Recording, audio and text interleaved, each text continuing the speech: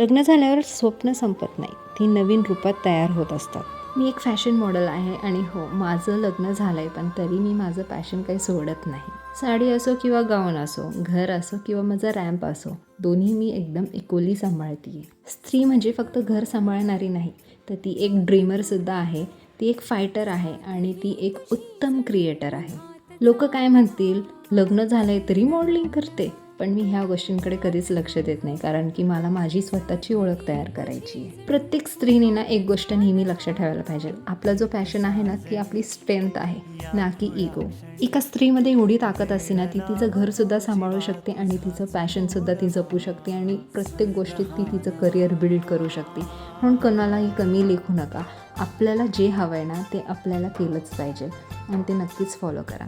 आता चला भेटूयात नेक्स्ट व्लॉगमध्ये.